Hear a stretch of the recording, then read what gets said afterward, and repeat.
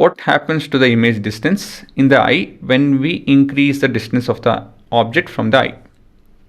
ಹುಡುಗರ, ಒಬ್ಬ ವ್ಯಕ್ತಿಗೆ 25 ಸೆಂಟಿಮೀಟ್ರಿಂದ 100 ಸೆಂಟಿಮೀಟ್ರ್ ಅಂತ ಏನೇ ಇನ್ಫಿನಿಟಿವರೆಗೂ ಅಲ್ವಾ ಎಲ್ಲ ಕಾಣುತ್ತೆ, ಸರಿನಾ? ಸೊ ನಾವು ಎಲ್ಲೇ ಇಟ್ಟರು ಇಮೇಜ್ನ ಆಬ್ಜೆಕ್ಟ್ನ ಏನಾಗುತ್ತೆ ಯೋಚನೆ ಮಾಡಿ. ಒಂದು ನಾರ್ಮಲ್ ಫಿಕ್ಸ್ಡ್ ಲೆನ್ಸ್ ಇರೋ ಅಂಥ ಲೆನ್ಸ್ ಇಟ್ಟು ನಾವು ಆಬ್ಜೆಕ್ಟ್ನ ಹಿಂದೆ ತೊಗೊಂಡೋಗ್ತಾ ಇದ್ದರೆ ಇಮೇಜು ಫೋಕಸ್ ಹತ್ರ ಬರ್ತಾನೇ ಇರುತ್ತೆ. Maximum it will reach the focus of the lens, ಸರಿನಾ? ಇದು ಜ್ಞಾಪಕ ಇದೆಯಾ ಇದು? ಆದರೆ ನಮ್ಮ ಕಣ್ಣಿನ ಲೆನ್ಸ್ ಅಲ್ಲ, ಕಣ್ಣಿನ ಸೈಜು ಫಿಕ್ಸ್ ಆಗೋಗಿದೆ.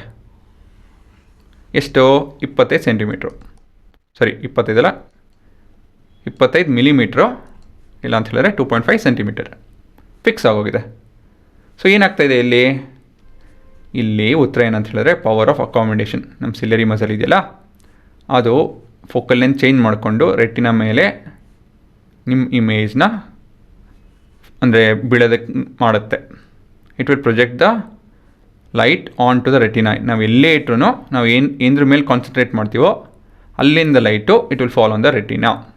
This is the job of ciliary muscle, ಸರಿನಾ? So the image distance does not change. One word reasoning ಬಂತು ಅಂತ ಹೇಳಿದ್ರೆ it is because of power of accommodation can help us understand this. Detail ವರ್ಷನ್ನು ಇಲ್ಲಿದೆ. Size of the eyeball is fixed. The lens adjusts itself to project the image onto the retina by adjusting the focal length. Thus, the image is always on the retina. So, this is your answer.